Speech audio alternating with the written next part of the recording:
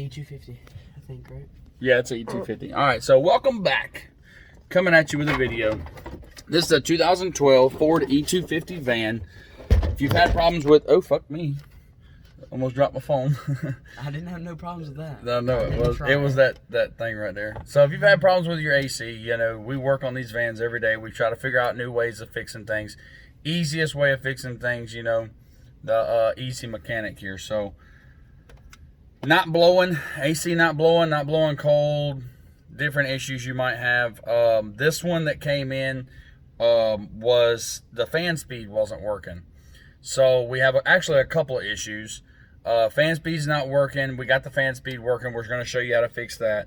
And also, it is not blowing out of the vents in the front. So that's going to be a completely different video, different issue. Right now, if your fan's not working, if it's not blowing, this is going to be your best bets. And these are cheap to replace. It's super simple. The hardest part is getting the dash bezel off the dash. That's the worst thing ever. Me and my nephew just went through it. It sucked. But, so, a couple things. Let's go out here. Glasses fell off. So, flip the camera. Down here behind your battery. See that little block right there with that little nut on it? That's your resistor.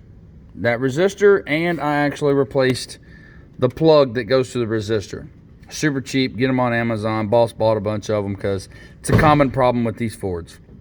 They heat up, they get rusty, they don't want to work, they start melting, the plastic starts melting, you have to replace it. So you're taking your battery out. After you take your battery out, take your battery tray out.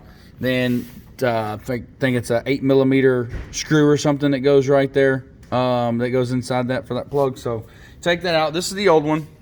And what I did was you cut the wires. The new plug, I don't have to show you. The new plug is all the wires are black. So you have to look at your plug, and when you get to your plug, you look at the prongs and where they're at, and that'll show you which wire to hook up where. Super simple. It comes with the wire connectors, and they're heat shrink wire connectors, so you can shrink them down.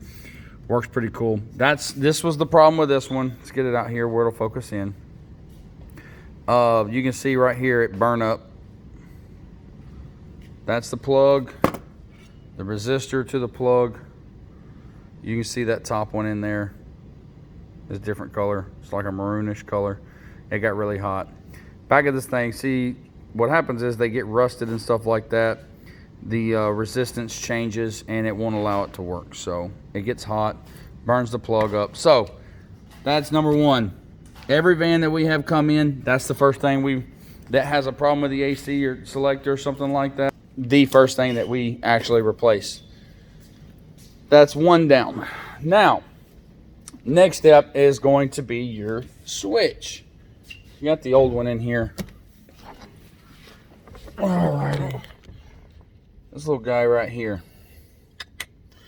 Your little button comes out through here, and that's what you would turn to select your speed and stuff. So that right there also burnt down. You can see it right here with this prong right there. It melted pretty good. So we went ahead and pulled it out. When we went to pull this out, notice that the plug was destroyed. It also melted out. These plugs I'm sure you can also buy. We don't have one here. The guy just brought the van for us to fix today, so I have to get this done today. I don't have time to order one and do it, but I will order these from now on. I will get Mark, or the boss man, to order these so we can have them on stock, because I'm pretty sure we're gonna have to replace more of these. So what we did was, as you can see, we cut it at different lengths. All the wires are cut at different lengths, and that way we can stack them in there and heat shrink it, because we like to heat shrink everything. Flip this around, and this is what we got.